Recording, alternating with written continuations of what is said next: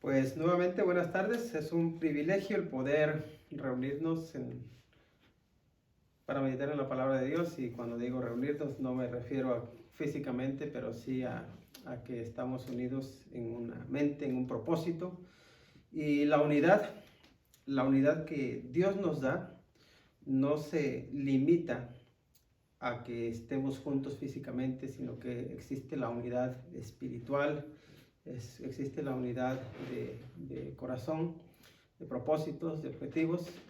Y ahora que continuamos con el estudio de la palabra del Señor, vamos a ver qué tan importante era para el apóstol Pablo mantenerse cercano a sus seres queridos, a los cristianos, los creyentes que estaban en otro lugar. Él se encontraba en Roma y ellos estaban en Éfeso, pero él estaba allí con ellos, estaba luchando, estaba sufriendo, estaba animándolos, estaba intercediendo por ellos y estaba al tanto de lo que sucedía con ellos. Entonces, aunque estuviesen separados, aunque estuviesen retirados físicamente, no obstante, espiritualmente, en Cristo es la unidad.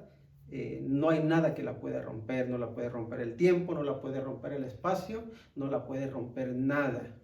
Y en Cristo estamos unidos, aunque ahora por causa de esta pandemia que estamos sufriendo, pues no podemos estarnos reuniendo como lo haríamos normalmente, pero eso no rompe la unidad que tenemos en Cristo Jesús, y creo que en eso nos podemos y debemos deleitarnos siempre, y también animarnos los unos a los otros.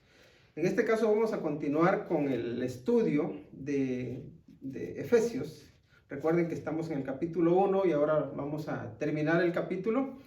Empezaremos en el versículo 15 y terminaremos en el 23 con la ayuda de Dios. Así que vamos a dar lectura a la palabra de Dios. Dice el apóstol Pablo en Efesios capítulo 1 versículo 15: Por esta causa también yo, habiendo oído de vuestra fe en el Señor Jesús y de vuestro amor para con todos los santos, no ceso de dar gracias por vosotros, haciendo memoria de vosotros en mis oraciones, para que el Dios de nuestro Señor Jesucristo, el Padre de gloria, os dé espíritu de sabiduría y de revelación en el conocimiento de Él, alumbrando los ojos de vuestro entendimiento, para que sepáis cuál es la esperanza a que Él os ha llamado, y cuáles las riquezas de la gloria de su herencia en los santos, y cuál la supereminente grandeza de su poder para con nosotros los que creemos, según la operación del poder de su fuerza, la cual operó en Cristo, resucitándole de los muertos y sentándole a su diestra en los lugares celestiales,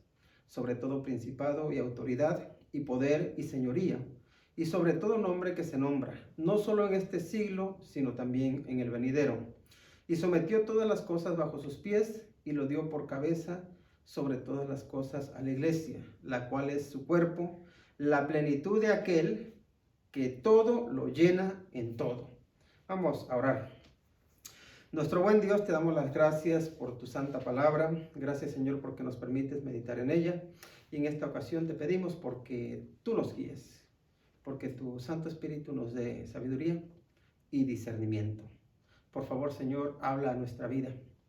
Y, Señor, de forma especial te queremos rogar hoy por los que están sufriendo, especialmente los que están sufriendo por la pérdida de un ser querido.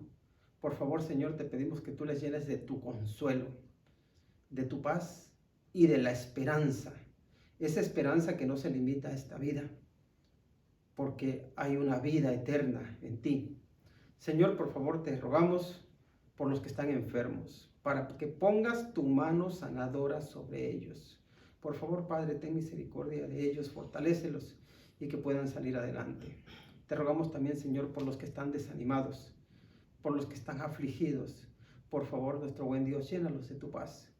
Y, Padre, si hay alguien que se siente que el mundo se le viene encima, por favor, Padre, que tu luz alumbre lo más profundo de su ser, para que pueda llenarse de consuelo, de paz, y que también se le pueda aclarar su vida, para que pueda darse cuenta de que hay esperanza, de que contigo siempre hay esperanza. Señor, por favor, te rogamos que tú hables a nuestra vida, y ahora que vamos a meditar en este pasaje, te rogamos porque tu Espíritu Santo nos guíe, que nos dé discernimiento, y que seamos oidores y hacedores de tu palabra. Pues te lo rogamos en el nombre de nuestro Señor Jesucristo. Amén. Pues el tema que vamos a tratar se llama, pues por lo que veo aquí, es gratitud y oración por la iglesia. Y sabemos que la gratitud y la oración son dos componentes esenciales para la adoración a Dios. En nuestra adoración a Dios sabemos que está el canto, sabemos que hay veces que uno incluso llora, pero siempre en Dios, o más bien en nuestra relación con Dios, debe existir la gratitud y también la oración. Y es interesante notar que la palabra, la oración, el ruego, viene de una raíz que tiene que ver con postrarse, que tiene que ver con uno inclinarse, en este caso delante de Dios, y darle reverencia. Y la oración no es solamente pedir a Dios algo. La oración es tener una comunicación abierta con Dios, en la cual estamos dispuestos a que Él nos enseñe, a que Él nos instruya, a que Él también obre en nuestra vida de tal manera que podamos pedirle como conviene, que podamos pedir conforme a su voluntad. Y que en esa petición siempre tengamos presente que tenemos siempre motivos suficientes para estar agradecidos. Un corazón que no es agradecido es un corazón que va a estar amargado. Es un corazón que no va a poderse contentar ni con lo mucho ni con lo poco. Porque cuando no hay gratitud, nada es suficiente. Ahora bien, aquí vemos que el apóstol Pablo empieza diciendo en el versículo 15, dice, por esta causa también yo, y está uniendo las ideas de que recordemos esa oración tan larga que está desde el versículo 3 hasta el versículo 14, está uniendo lo que acaba de exponerles con esta nueva idea que les va a compartir. Y recordemos que hasta el versículo 14 les estuvo hablando de lo que Dios ha hecho. Y ahora, de forma breve, él muestra gratitud por lo que ha oído que ellos han hecho, de lo que ellos están haciendo. Y debemos recordar esto, que nuestros hechos deben ser una respuesta a lo que Dios hace. Y de hecho es así, porque nuestro hacer y el querer viene de la buena voluntad de Dios. Entonces aquí lo que el apóstol Pablo valora es el testimonio que están dando los creyentes ahí en Éfeso como iglesia. Y creo que eso es bueno siempre mirar a nuestro alrededor y ver cuál es el testimonio de las personas, cómo se están portando. Si están actuando, si están haciendo cosas bien, pues uno tiene que dar gracias a Dios y decir, Señor, gloria a ti por la forma en que estás obrando en determinadas personas, en determinados creyentes, ¿no? Ahora bien, miren lo que dice, por esta causa también yo, habiendo oído de vuestra fe en el Señor Jesús y de vuestro amor para con todos los santos, dice, no ceso de dar gracias por vosotros. Así que el apóstol Pablo ha escuchado, no directamente de los efesios, sino de otras personas, que la iglesia, que los creyentes en Éfeso son personas que tienen una fe ejemplar. Son hombres y mujeres de fe. Y recordemos que la fe tiene que ver con confiar, ¿verdad? Con confiar en Dios. Pero la fe también tiene que ver con fidelidad. Esto quiere decir que los creyentes en Éfeso, aunque estaban pasando por pruebas, todavía se mantenían fieles. Todavía se mantenían confiando en Dios. Y eso es algo que siempre debemos mantener. Aunque la tormenta se nos venga encima, aunque sintamos que nos hundamos, aunque a veces parezca que ya no tenemos salida, nunca abandonemos la fe. El mismo Señor Jesucristo habló de la importancia de la fe cuando le dice a Pedro que el diablo, que Satanás lo había pedido para zarandearlo. Dice, pero yo he rogado por ti para que tu fe no falte. Ahí está esa importancia de que haya fe, de que tengamos fe. Y el apóstol Pablo eso lo valora mucho y porque sabe que son hombres y mujeres de fe, él lo que hace es dar gracias a Dios. Pero no solamente era una iglesia que tenía fe, también es una iglesia que tenían amor para con todos los santos. Recordemos que un santo no es necesariamente aquella persona que nosotros a veces vemos, ¿no? Que están a veces que se les canoniza, o que se les santifica, o que se les declara santos por algo que hayan hecho. Una persona no es santa por lo que hace. Una persona es santa por lo que Dios hace en ella. Es decir, Dios es el que santifica. ¿Por qué? Porque Dios llama a una persona, la limpia, la purifica y la aparta.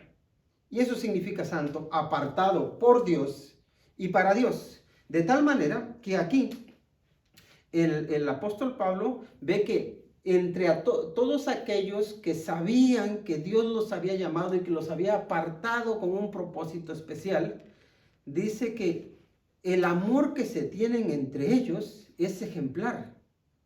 Y de hecho, ahí también, sobre ese tema también el Señor Jesucristo oró, le pidió al Padre antes de dejar este mundo que se mantuviesen unidos, que se mantuviesen en amor. Y también Él dio el mandamiento, que dice que es un mandamiento nuevo, y es el que nos amemos como Él nos amó. Y ese de amarnos los unos a los otros, sabemos que desde el Antiguo Testamento estaba ya ese mandamiento, pero la novedad entra en el hecho de que el Señor Jesucristo dice, amen, pero amen como yo amo. Y eso es importante, amar como Dios ama, como Cristo nos ama. ¿Por qué? Porque ¿cómo amamos normalmente los hombres? Los hombres normalmente amamos por nuestro bien, pero Dios ama por el bien de los otros. Y hay una gran diferencia entre amar por lo que yo quiero y amar por el bien de lo que quieren los demás, por lo que otros necesitan.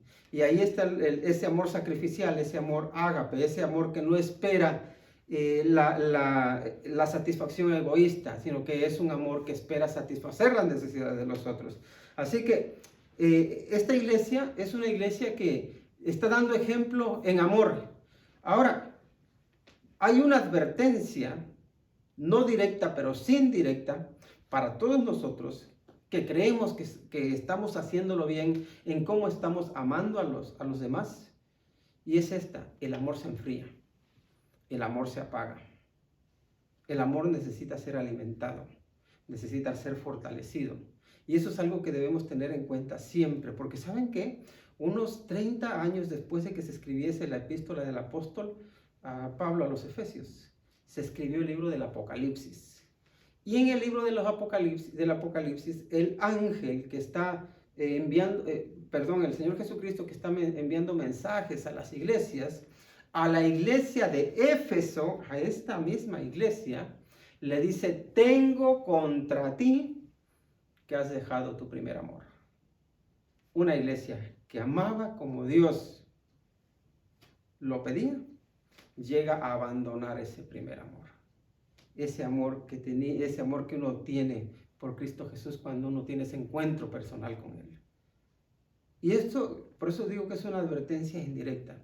Cuidado, porque cuando nos creemos estar firmes, cuando creemos que todo está bien, no es para que ya nos sentemos y digamos, pues ya lo conseguí. No, el amor es algo que se debe mantener, que debe alimentarse, que debe perseverar. Y ahí tenemos que esta iglesia, unos años después de ser ejemplo de amor, llega a ser un ejemplo de abandono, de tal manera que Dios tiene que reprenderla. Y espero que Dios no nos reprenda por ello. Y por eso es importante mantener siempre un corazón sensible para las necesidades de los demás. Yo sé que cada uno enfrentamos problemas, pero hay algo que debemos tener en cuenta, que todo mundo enfrenta problemas, todo mundo tiene dificultades. Cuando nosotros nos centramos solo en los problemas que tenemos, ¿qué creen que sucede? Dejamos de ver las necesidades de los demás, dejamos de preocuparnos por los demás, porque llegamos a convertirnos o a creernos que somos el centro del mundo, que todo debe girar en torno a mí. Entonces me convierto en egoísta, egocéntrico, también puedo decir ególatra. ¿Y qué es lo que sucede? Que dejamos de amar. El amor de Dios huye de nuestra vida. Y ahí es donde ya caemos en la apatía y es donde, pues la verdad es donde se destrozan las relaciones. Puede ser entre padres e hijos, en la pareja, puede ser entre familia. ¿Por qué? Porque ya nada más nos preocupamos por lo que yo quiero. Así que ahí está esa advertencia, no directa, pero sí indirecta, de lo que pasó con unos que vivían el amor de Dios, pero luego lo abandonaron, lo dejaron. Así que el apóstol Pablo en este punto está agradecido, está contento porque ve que hay unos cristianos que están viviendo a Cristo. Y eso es importante que como cristianos vivamos a Cristo. No solo que digamos soy cristiano y luego vivamos pues a veces como el mismo diablo. Y eso es una ofensa para Dios vivir de esa manera, pero puede uno llegar a caer hasta ese extremo. Ahora bien, esa gratitud por la fe y por el amor para los santos no lo es todo en la vida cristiana. El amor y la fe son importantes, pero también es importante que uno siga creciendo, que siga uno conociendo más a Dios, que entendamos para qué nos llamó Dios, cuál es el propósito que tiene para nuestra vida, cuáles son sus objetivos. Entonces, recordemos que el título es gratitud, pero también oración. Gratitud por la iglesia y oración por la iglesia. ¿Y cuál es la oración? ¿Qué es lo que hace el apóstol Pablo? Dice en el versículo 16, no ceso de dar gracias por vosotros. Y ahora dice, haciendo memoria de vosotros, ¿en qué? En mis oraciones. Y ahora empieza el propósito de por qué ora por ellos, por qué intercede por ellos. Y hay que recordar que todos debemos apoyarnos los unos a los otros en oración. No sé o no entiendo en un 100% cómo utiliza Dios la oración, pero sí puedo afirmar que Dios la utiliza. Y Dios nos manda orar y orar sin cesar. Nos manda orar los unos por los otros. Nos manda que nos apoyemos en oración. Y ahí está esa responsabilidad que todos tenemos de orar los unos por los otros. Y aquí Pablo nos da ejemplo de ello.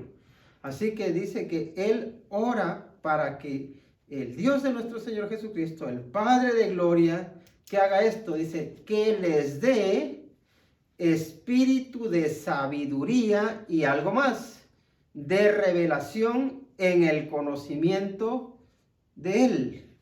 Sabiduría y conocimiento. Pero ese conocimiento de Él no tiene que ver solamente con uno estudiar más de su palabra y saber lo que nos dice su palabra, sino que tiene una segunda parte y tiene que ver con el poner en práctica su palabra. A Dios no solo se le conoce en la teoría, a Dios se le conoce en la práctica, y de eso nos está hablando el apóstol Pablo, que él quiere que los creyentes tengan ese espíritu de sabiduría y de revelación en el conocimiento de Él, en el conocimiento de Dios. Ahora bien, la sabiduría ya sabemos que es muy importante para todo ser humano, porque a veces somos muy inteligentes pero poco sabios. ¿Por qué? Porque tenemos capacidad, mucha capacidad para aprender muchas cosas, para adaptarnos a diferentes entornos, pero luego no sabemos cómo utilizar la información que tenemos, no sabemos cómo utilizar las habilidades que Dios nos ha dado. Y es necesaria la sabiduría, que tiene que ver con utilizar bien aquello que Dios ha puesto a nuestra disposición, ya sean habilidades, ya sea el conocimiento, ya sea bienes económicos, lo que sea, lo que tengamos, que sepamos utilizarlo sabiamente. Y de eso se trata la sabiduría, y todo cristiano lo necesitamos. Y la sabiduría sabemos que viene de Dios, por eso también nos dice, ¿no?, que si alguien tiene falta de sabiduría, ¿qué tiene que hacer? Pedirle a Dios, el cual da abundantemente y sin reproche, dice, y le va a ser dada. La pregunta es, ¿tú te sientes que eres suficientemente sabio?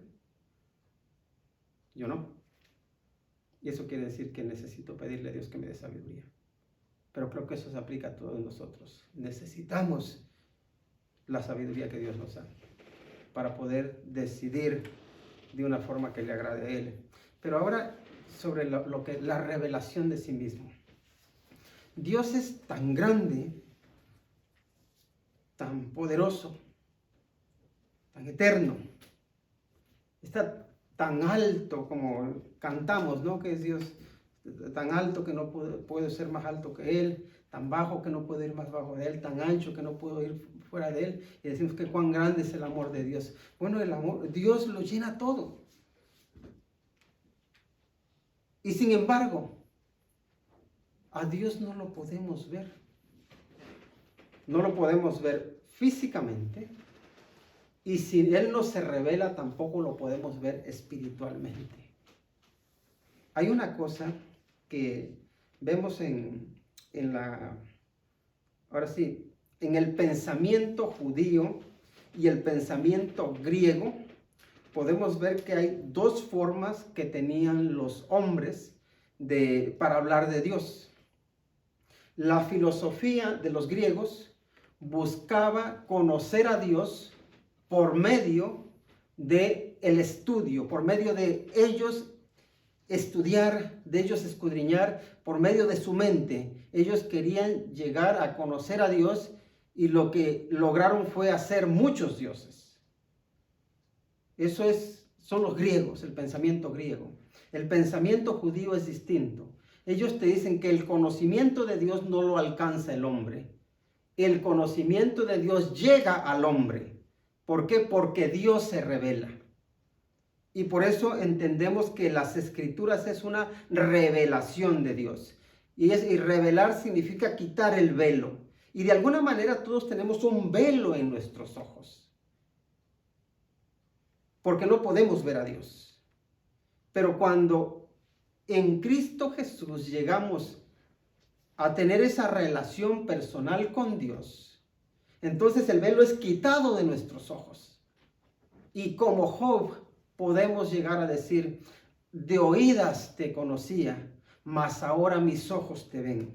Porque hay un cambio en la relación y en el conocimiento que tenemos con Dios antes de Cristo y después de Cristo. Antes de tener una relación personal con Cristo Jesús, conocemos a Dios de oídas. Pero cuando llegamos a conocer al Señor Jesucristo como nuestro Salvador, entonces ese Dios que conocíamos de oídas pasa a ser un Dios Padre, un Dios cercano, un Dios que conozco, un Dios que veo, no necesariamente con mis ojos físicos, pero sí con los ojos de mi espíritu, con los ojos de mi corazón, podemos decir. Y de hecho el apóstol Pablo, en el versículo 18 dice, alumbrando los ojos de vuestro entendimiento. Y ahí la palabra entendimiento, entendemos que se puede traducir como, y de hecho en griego, es corazón, dice, o iluminando, alumbrando los ojos de nuestro corazón. Y aquí a lo que se refiere, más que nada, es ese conocimiento espiritual que nosotros podemos tener de Dios. Ahora, a Dios no lo podemos conocer si Él no se nos revela, si Él no se nos muestra. Y ahí es porque en su grandeza, Él se escapa de nuestros sentidos. No podemos abarcar o agarrar, ni siquiera podemos percibir a un Dios tan grande con nuestras limitaciones. Pero Él, en su infinita misericordia, en su infinita grandeza y en su infinito amor, Él se revela, se muestra.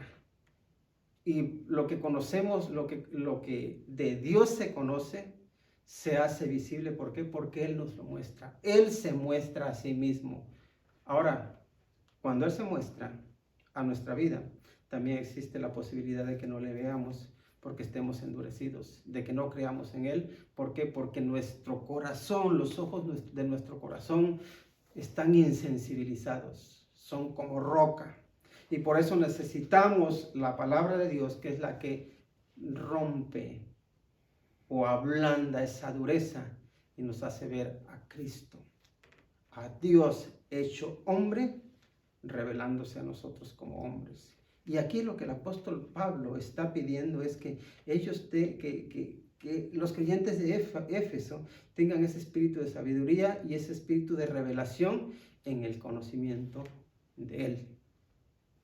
Así que es lícito orar para que podamos tener un conocimiento más profundo de Dios. En el estudio de su palabra sí, pero principalmente en la práctica de su palabra. Ahora bien, ¿qué más nos dice? Dice que alumbrando los ojos de nuestro entendimiento para que sepamos cuál es la esperanza a que Él nos ha llamado, también cuál es la riqueza de su herencia y cuál es la supereminente grandeza de su poder. Así que hay tres cosas o tres elementos por los cuales el apóstol Pablo quiere que ellos se les alumbre el entendimiento. Porque ellos, al igual que nosotros, eran ignorantes de la razón por la que Dios los había llamado y también la esperanza a la que Dios les había llamado, necesitaban tenerla clara. ¿Y saben qué? Creo que en el Antiguo Testamento hay hombres y mujeres que tuvieron una fe tal que ellos sí tenían clara cuál era la esperanza que tenían. Y de hecho el libro de los Hebreos en el capítulo 11, voy a leer solo los versículos 9 y 10, y luego 13 al 16 del capítulo 11, todo el capítulo 11 nos habla de los héroes de la fe, ¿verdad? Y ahí vemos cómo ellos vivieron por la fe. Y es igual como nosotros debemos vivir, pero aquí les voy a leer los versículos primero 9 y 10 del capítulo 11. Dice, por la fe habitó como extranjero en la tierra prometida, como en tierra ajena, y está hablando de Abraham, dice, morando en tiendas con Isaac y Jacob, dice, coherederos de la misma promesa, dice, porque esperaba la ciudad que tiene fundamentos, cuyo arquitecto y constructor es Dios. Aquí Abraham, recordemos que salió de su casa, de su tierra, algo que es tan difícil, y se fue a vivir como extranjero en una tierra donde nadie lo esperaba, donde no era valorado, donde era un don nadie. Pero Dios le había dicho, yo te voy a dar una tierra.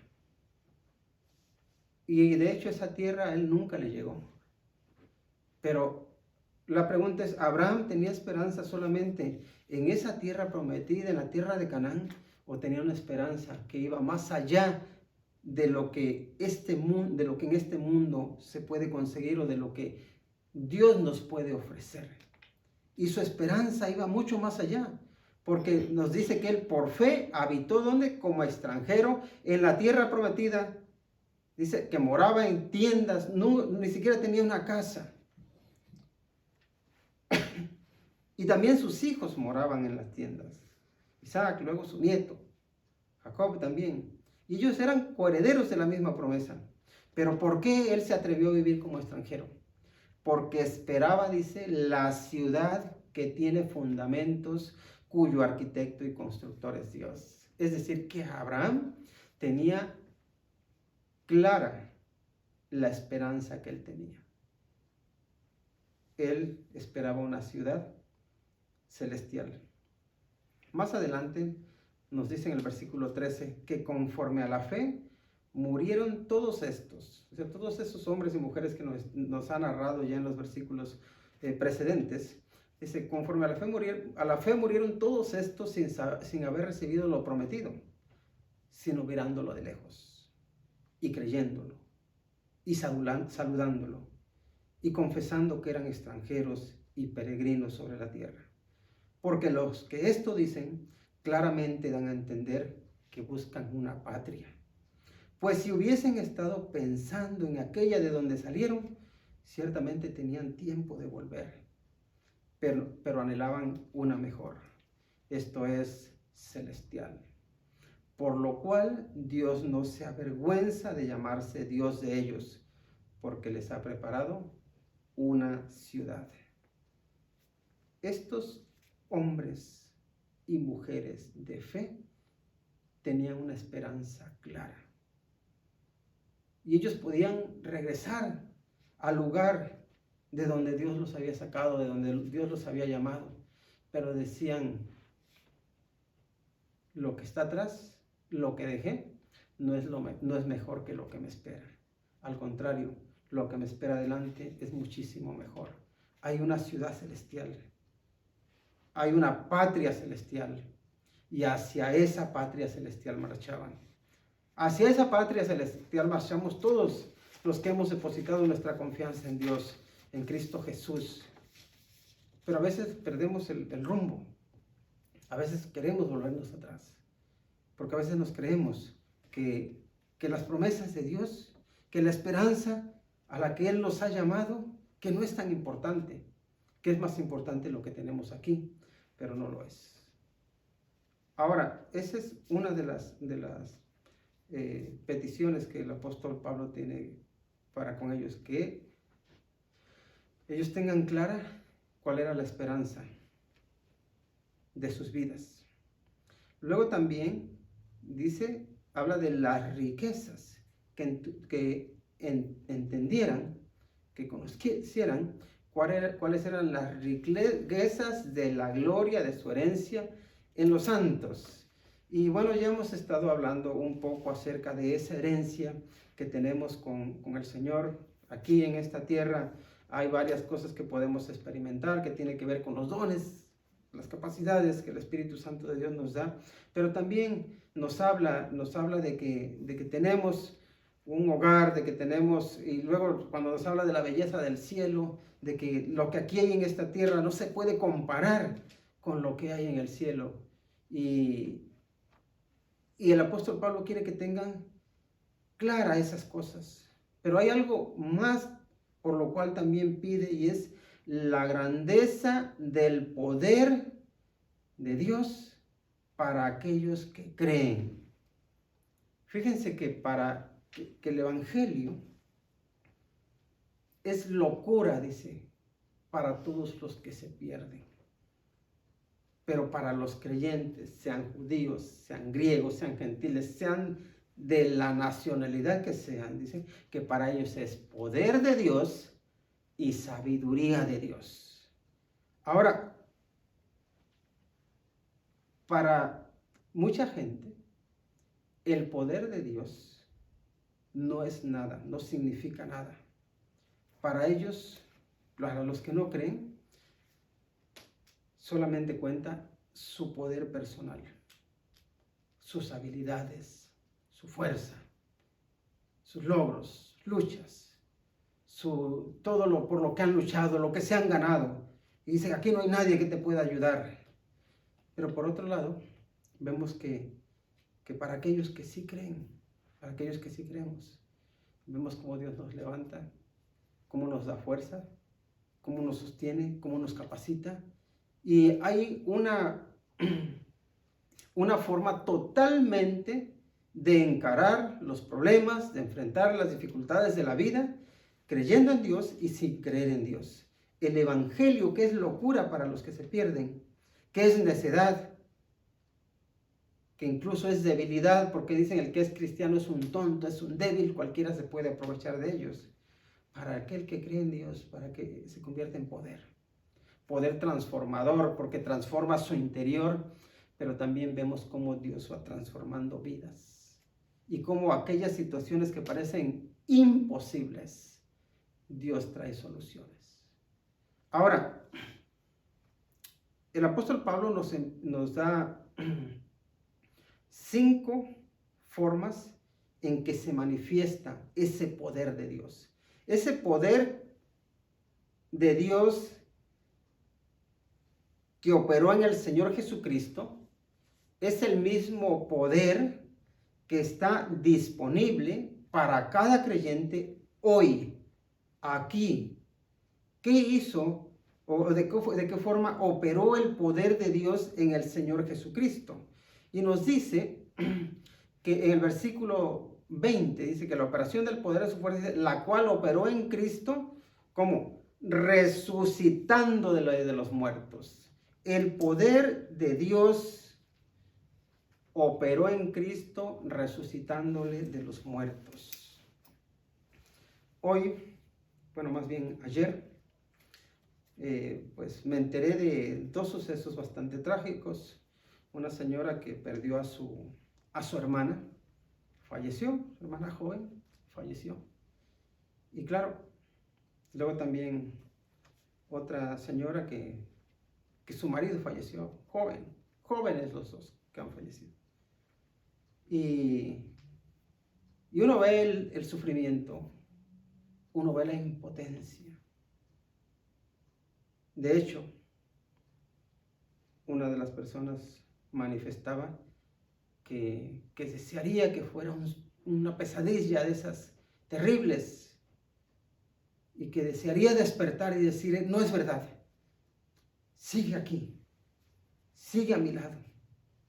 Pero la realidad es tenaz y el fallecimiento es real y no hay nada que se pueda hacer para evitarlo. No se puede volver atrás 1 o 2 días y decir eso que hiciste no lo vas a hacer porque te va a causar la muerte. Y uno busca soluciones y uno empieza a decir, ¿y qué tal si no hubiera ido? ¿Qué tal si no hubiese hecho esto? ¿Qué tal si no hubiese hecho lo otro? Lo cierto es que ya no se puede hacer nada. Ante la muerte no podemos hacer nada. Somos totalmente impotentes para hacer algo. Pero aquí vemos el poder de Dios que resucita. Que ese cuerpo inerte, sin vida, que parece que no sirve para nada, el Señor Dios con su poder lo levanta. Y de hecho la esperanza está en que cuando venga el Señor Jesucristo nuevamente, todos los muertos en Cristo resucitarán con un cuerpo glorificado. Ya la muerte no va a tener más poder sobre el cuerpo. Ese poder de Dios que operó en el Señor Jesucristo es el mismo poder que opera en cada uno de nosotros que ponemos nuestra esperanza en Cristo Jesús.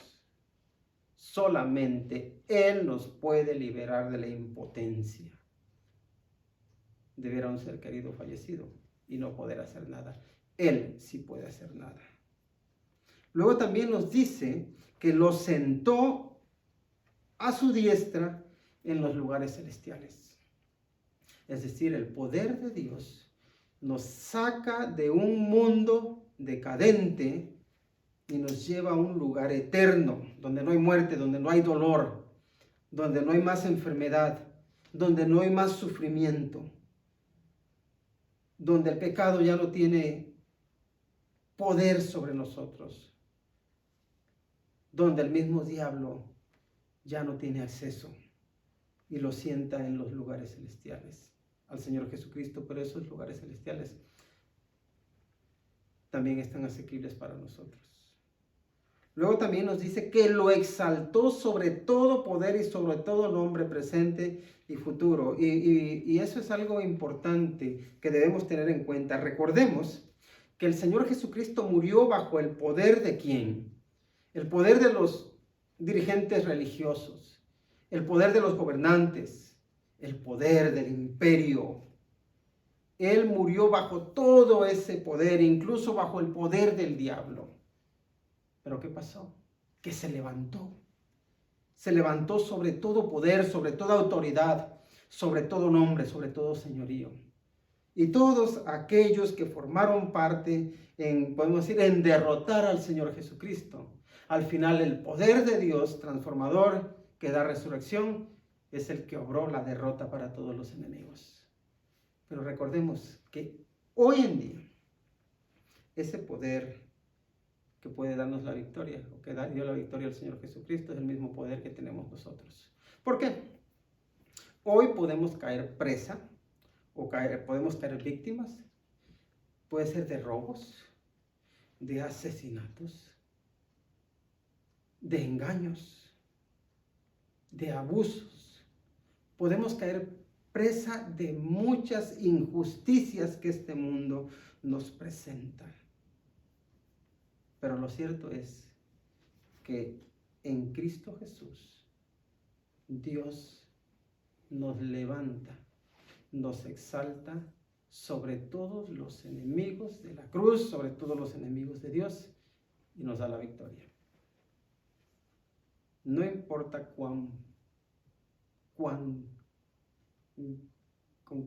grande sea el daño que nos hagan, cuán poderoso sea el enemigo, si Dios está de tu lado, Él te dará la victoria.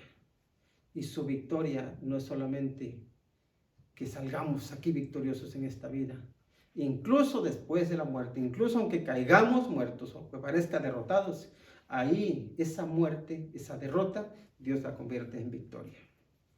Ese es el poder de Dios obrando. Luego también dice que sometió todas las cosas bajo sus pies. El poder de Dios sometió todas las cosas bajo sus pies. Y esto significa que todo aquello que parecía que iba a aplastar al Señor Jesús, que lo iba a dejar ahí enterrado, que ya se acabaría el Cristo, en realidad todo eso se queda debajo y Él puede poner sus pies encima de todo. Y eso también está relacionado con la victoria. Él es victorioso, todo está debajo de Él, nada está por encima de Él. Y ese es el poder de Dios que obra. Pero les digo más, el Señor nos llama a su lado para compartir su victoria con nosotros, para que no nos quedemos ensimismados en la derrota, sino que levantemos los ojos y veamos su victoria. Su victoria es tu victoria. Y también vemos que lo dio por cabeza sobre todas las cosas, dice, a la iglesia. Y aquí a lo que se refiere es a que nosotros somos la iglesia. Y como iglesia nos llamamos el cuerpo de Cristo.